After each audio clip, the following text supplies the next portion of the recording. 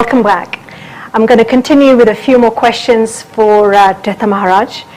And I'd like to see if we can learn a little bit more about how the Bhagavad Gita can help us in the area of happiness. Yes. So in chapter 14, verse 9 of the Gita, it says that the Sattvic Gun leads to happiness. Can you please talk about what the Gita tells us, how we can actually find out what actually makes us happy? What makes it, because people want to be happy, but they don't know what makes them happy. Exactly. The problem is, it's not a reason phenomenon. What we have to understand is that the Lord Himself says in the Gita, Mamupetya punarjanma dukkhalayam ashashvatam. Dukkhalayam, he calls this whole material, not the world, universe, as place of miseries. That means how can you be happy? Isn't it? If God Himself says it is the place of miseries, that's why today nobody is happy. Okay? So the idea is here, how can one be happy? Only a sense-controlled person can be happy. Mm-hmm. So you got to have reins on your Exactly. five senses. So Yes, you don't chase, just good food or Exactly. lust and sex and dressing like clothes and all the Kardashian world probably. Yeah. How they call it. People think indulgence will make you happy. Yeah. No, restraint will make you happy. See, when I first came to London some 25 years back, I noticed on the board, we call it hoarding board in India, billboards. Billboards. It had displayed a voluptuous female personality. Yes. And it is written, ignite your senses. It's the opposite of what Krishna says. Yes, it's the opposite. Yeah. Actually, you should restrict your senses. Right. Yeah. Calm them down. When we say control, we don't mean suppression. We mean subjugation. When we say control, we don't mean repression, we mean regulation. Regulation. So not repress your senses, but regulate them, and to kind of use them, be the master of them rather than let them be your masters, in other words, perhaps. You are becoming slave to the senses. Yes. So that is, like here, earlier people used to go to church regularly. Now churches are disappearing, pubs and clubs are appearing. Yeah. So, independent of God, you cannot really enjoy it. For example, happiness, when you said, I want to say this, like when you take fish from the water and put it on the land, what happens? Well, it's basically, it struggles and then it dies. Then dies. Why is that? Because it's an aquatic animal. Mm-hmm. It's incompatibility. Mm-hmm. Right? Similarly, we belong to the spiritual world. Mm-hmm. But we have come here. So we will struggle, suffer, and then die. This is what happens. So there's no question of we may be perpetually happy, nobody can be. No.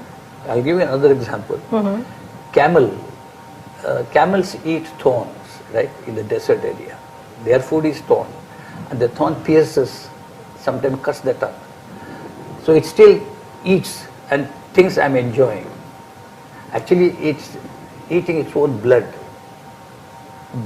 Thorn mixed with blood, its own blood. Where is the enjoyment here? Similarly, in India, we have seen children playing on the road in summer, cricket. Mm-hmm. Because summer sun is there up to 7:30, 8 o'clock.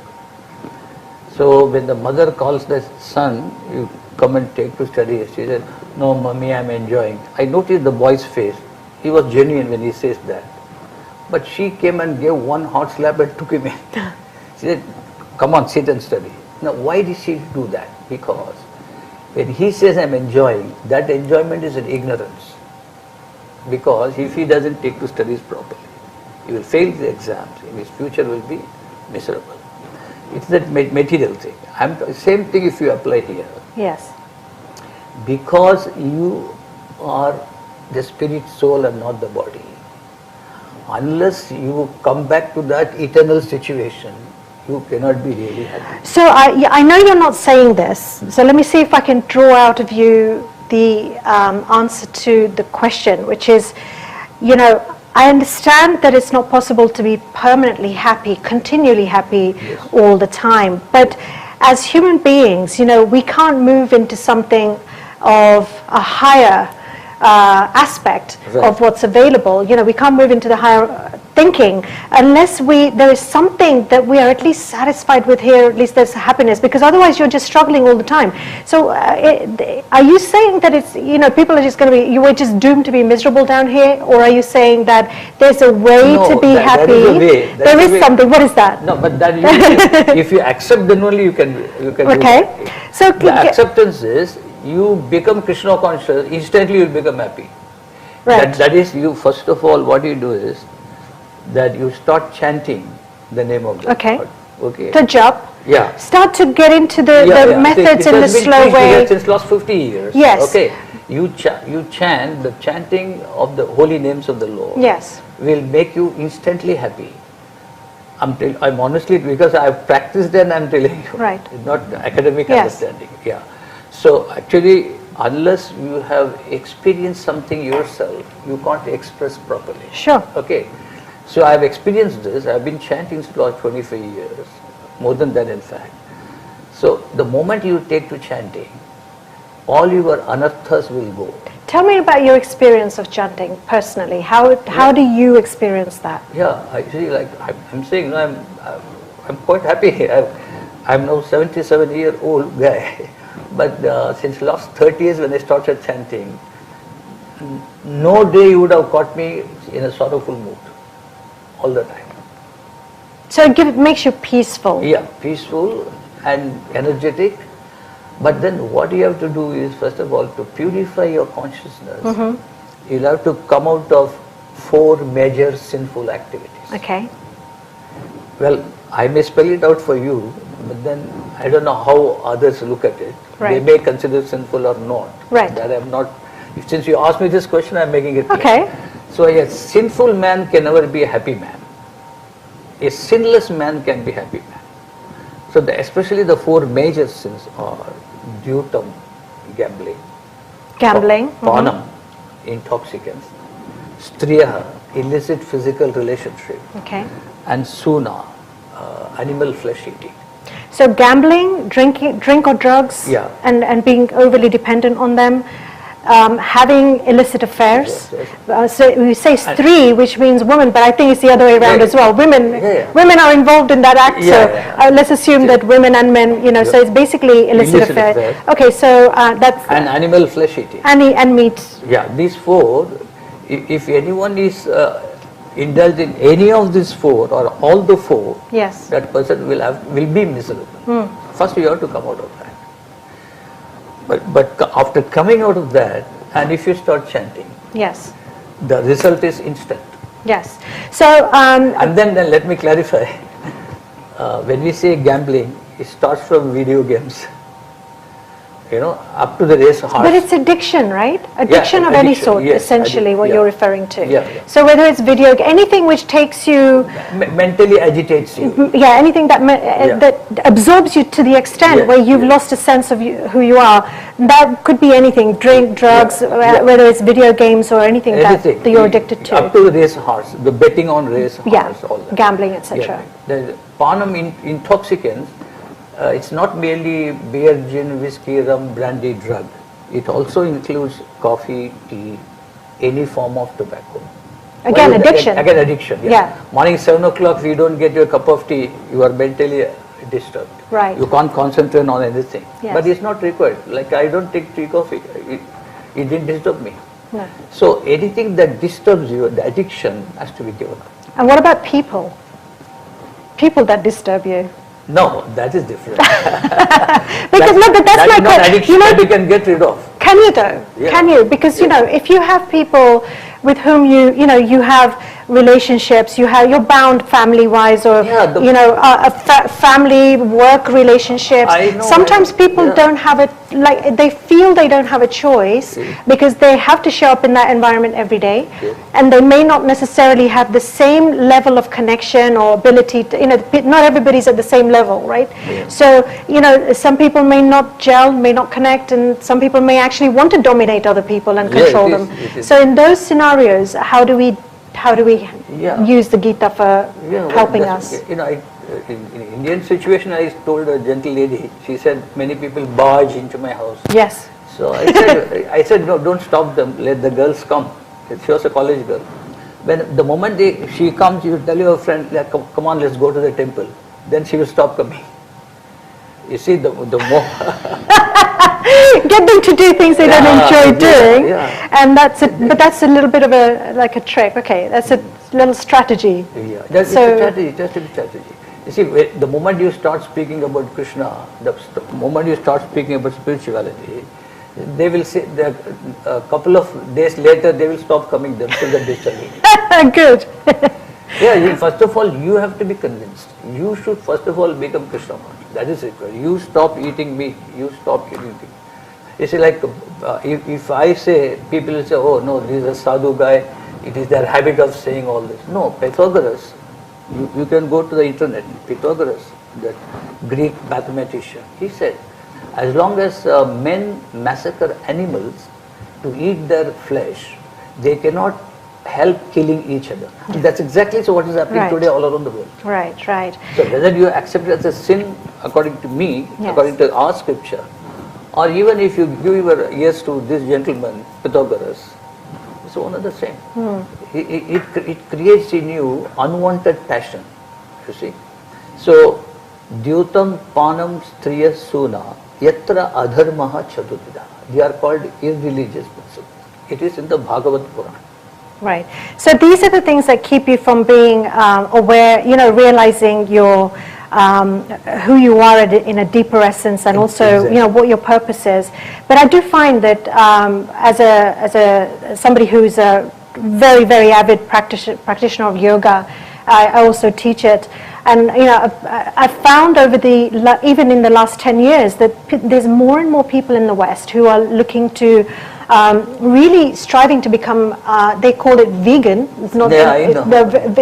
I mean, some of us are born vegetarian, but that movement is happening in the West, where there's even in India, where people are becoming more aware that being vegetarian is a good thing. It's not for the poor people. That there's principles that drive the idea of not eating animals and fish and so on. So in the doing of that, I think what I'm hearing you say is that when you take away those habits which disturb your peace of mind, and you instead develop other habits which encourage and sustain your peace of mind over a longer period of time. So that's the idea behind that particular sutra or the verse that you just mentioned. Same thing, Lord put question back to Arjuna. He said, Nasti buddhi ayuktasya nachayuktasya bhavana nacha bhavayataha shanti ashantasya kuto sukham. This is the verse. Now the kuto sukham is, he says Arjuna, tells Arjuna, you have to read this verse in a reverse way. Okay. Last word is kuto sukham. How can one be happy? He says. He said, why not? He said, because that person is, the prerequisite of happiness is peace of mind. So he said, so ashantihi. Why? Then he said, why it is ashantihi? Then he says, because abhavayata. His thought flow is polluted. And then consequently, na asti buddhi. He doesn't have clear intelligence. Now, if you do not have clear intelligence, you cannot, your thought flow will be contaminated. So you can't make good choices. Yes, and then if your thought flow is polluted, you cannot have mental peace. If you don't have mental peace, you cannot be happy. That one catchword in that shloka is ayuktasya. Yukta means connected, ayukta means disconnected. So Krishna says, if you are disconnected from me, your intelligence won't work properly. That's really beautiful. That sutra is absolutely beautiful. Exactly. I understand. So nasti buddhi ayukta. Yes. So first connect yourself to Krishna. Your intelligence will become clear. Otherwise, like if you are a non-devotee, okay, today you will call me a friend. After 5 years, you will ditch me about me. Somebody else, you will bitch about me. You say, then again you will reconnect with me. So you say, no, we are friends. We go over a drink. This is nonsense. This is going on. That judgment will fail you. If you are not a devotee, only a devotee can judge. judgment of the devotee will be perfect. That is why your intelligence has to be clear. Then your mind will be pure.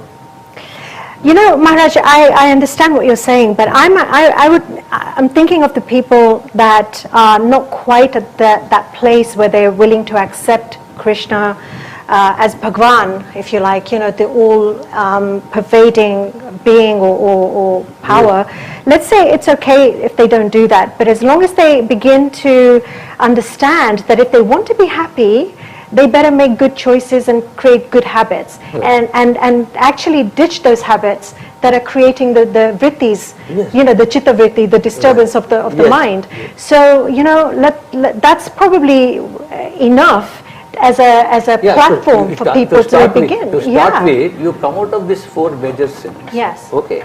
Then start chanting the holy name of God. You may not have faith, doesn't matter.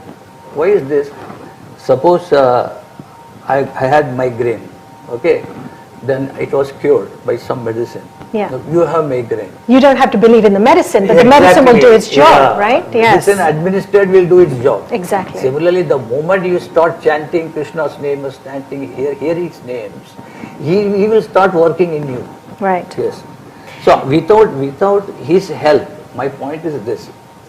You see, you will tell me that, okay, Hindus know Krishna, French may not know German. No, that is another thing. My point is Krishna is common for the whole universe. Yeah. Yeah. You see, like in Chicago, I went once, I went to a church, attended a sermon. So that priest came to me at the close of the sermon. You were in a very unique dress. So do I presume that you are also preaching God consciousness like me? I said, I do preach God consciousness, but not like you. Then he said, how come that? You know, typical expression. How come that? I said, you have to come to my home for a lunch, I'll explain you. So he came over for a lunch, vegetarian.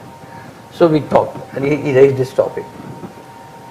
I said, I look at a dollar coin, American dollar coin. In American dollar coin, they write, in God we trust. It's written there. I said, this is good. I told him. He said, yeah. I said, do you know who is God? Yes. He doesn't know. No. Okay. Then I said, then how you said that? That's why I said, I also preach God conscious, not like you, because you do not know the God. So we say, I told them, you believe in Son of God, Jesus Christ. That's fine. And Krishna is his Father. That is God. So I'm preaching God consciousness means I'm preaching Krishna consciousness. Krishna consciousness, yes.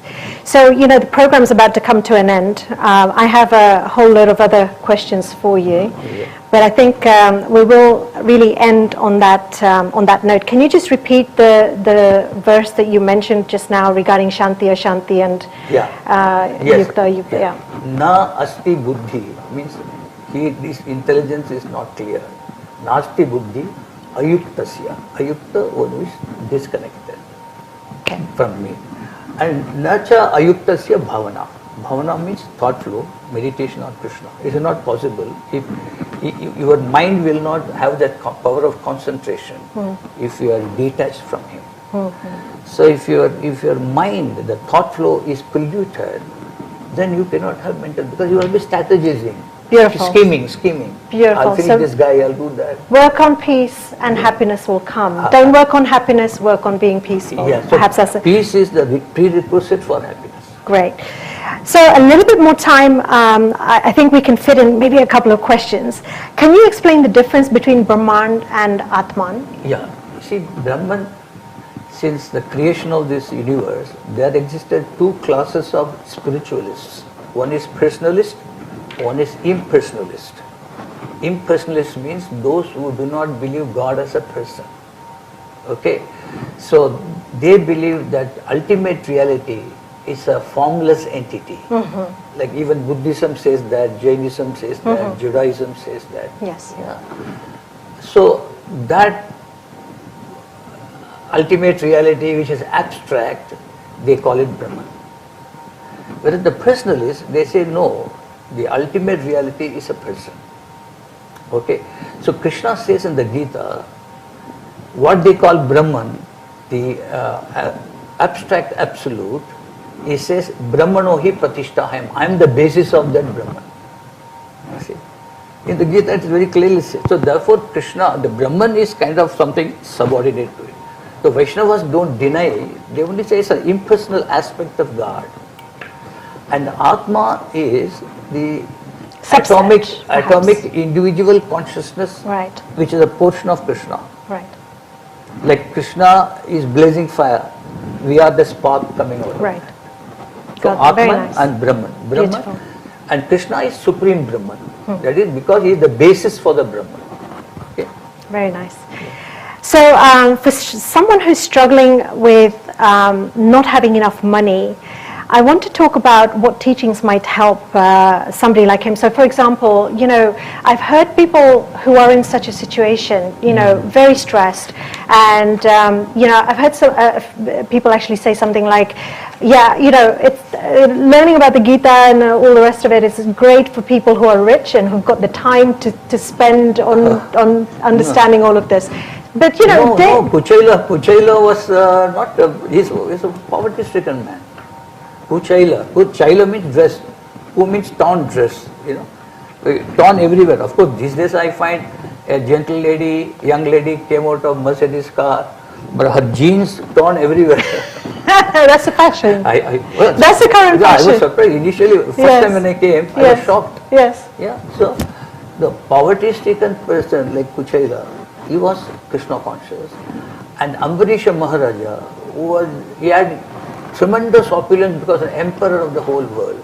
He was also Krishna conscious. See, it is not that Krishna conscious meant for poor chaps. No, it's not that. It's called akinchana or nishkinchana. In Sanskrit, kinchana means something. Nishkinchana or akinchana means one who has nothing. That doesn't mean a beggar will be easily Krishna conscious. Not necessarily. Beggar need not be Krishna conscious. He may entertain many desires inside. Because he has no money, he is not trying to attack the whole world. So it is not a question of that. The question is, if you have faith, yes, I am an individual soul, Krishna is the supreme soul. I am a part and parcel of him. This faith is required. That is why in Bhagavad Purana, I forgot to tell you, see what Krishna spoke within this Kurukshetra battlefield, 700 verses, it is elaborated into 18,000 verses in Bhagavatam. So in that Bhagavata Purana, child devotee Prahalada says, Kaumara Acharet Pragyaha. The God consciousness should be instilled into the children from the age 1 to 5. Kaumara, that's called Kaumara stage. If you can inculcate this God consciousness into children in that age, they immediately become Krishna and happy throughout their life. There's no other go. That's why the Lord very clearly says in the Gita itself, Bahunam Janmanam Ante Jnanavan Mam Prapadyate. The wise man will surrender to me, intelligent person will surrender to me, not in one lifetime. Bahunam Janmanam, many millions of lifetimes. So if you are fortunate, if you start hearing right from tomorrow, especially if possible from the lips of a very fully surrendered devotee of Krishna, it will penetrate into you and will stop, activate you. It's kind of activating. Right. Yeah, we are already there. We are already Krishna conscious, but now it's covered, fully covered. I have one more question that I want to put to you today. So in chapter 11, verse 23, Krishna says, "Nimittam matram bhava." I love that. Nimittam matram bhava. Be a mere instrument. Right? It's such a beautiful term, isn't it? I think you have done a good lot of homework. Well, I like to think so. This is so much inspiration in these shastras. Good. So what should we do in our modern lives to bring ourselves into alignment with being a medium to serve that's the highest within? What is the highest within? Say Krishna directly. No, because I want to speak for everybody, Maharaj. I don't just want to speak to those people who are already accepting of Krishna consciousness. There are many people in the world who are ready to be inspired by this. True, but then what you have to see here is, you are talking from the Gita. If you are talking outside the Gita, I would have said, okay, fine, you are right. But because you are pointing the shloka from Gita, Okay. so Krishna says, be my instrument. Okay. So there's no other way to answer this. Really. So if you want to be an instrument to him, then what do? He says, even in your regular day-to-day activities, you go, be there, fine, you do your job. In the the end of the chapter, he says, Yayidam paramam guhyam mad bhakteshu abhidhasyati bhaktim mayim param kritva mamev eshyati asamshaya. Whoever speaks, preaches this science, that person is most dear to me. So that is how you can be an instrument. Like I am an instrument, I offered myself as an instrument to Lord Krishna. That's why I am following his guidance. He says, speak my words. And there may be other things that are also valid and relevant to be done. Speak up, yeah. It could be anything. So, there's many issues in the world. There are many problems that need solving. So I think it's fair to say that, it doesn't just have to be in the guise of somebody who is talking about Krishna consciousness, talking about it, but maybe doing work which is benefiting, people at large or the world or whatever. But then the question comes, unless you know what is good, actual definition of good. That's why in many charities, so many places, some corruption is taking place, money is being misused. Yes. See, we even say if you. So there's no integrity in these things. So when there's a lack of integrity, that's not what we're talking about. Because you have put one more question, that ahankara. Yes. You see, ahankara, pratishtha, himsa. You see, someone who says, I'm rich, is ahankara, okay? Then he say, I'll do charity. He's doing it for his name and fame. Yeah. There's not genuine compassion. There's not genuine compassion. Self-interest, a deep self-interest involved. Self-interest. Yes. He may be drinker. He may be a drug addict. He may be an animal flesh eater. He may be a prostitute hunter. But still, because he is the billionaire, he would like to give money. He wants to see his names everywhere. That doesn't count. But what about, let's say, for example, somebody who does a very modest job. I mean, I like my environment very clean. And when I have somebody who comes to help me to clean the house, and she does such a great job. I'm like, it's wonderful. Would that count as something that is serving, appropriate as a service? No, it cannot be taken as, there's a technical word. People used to call it the Manav Seva and Madhav Seva. Okay. So Manav Seva, that way it cannot be Madhav Seva. Okay. But Madhav Seva includes Manav Seva. You see, like when we distribute prasadam, if you go to Mayapur area in Bengal, many mutts, many centers are there. They distribute to thousands of devotees Krishna Prasad. Yeah. So that is also Manav Seva. Beautiful. So I'm told time is up. We need to close it is endless. I can talk for hours. We could do. Thank you. I really appreciate your time. Yeah, I appreciate. Actually, I wanted to bless you because for your age, you have gone so deep into Gita. This is also Krishna consciousness. Serve like this. You are actually an instrument. By calling me and talking to me, you are becoming an instrument of Krishna. Maintain that. Never give up this. Thank you. Hari. Thank you.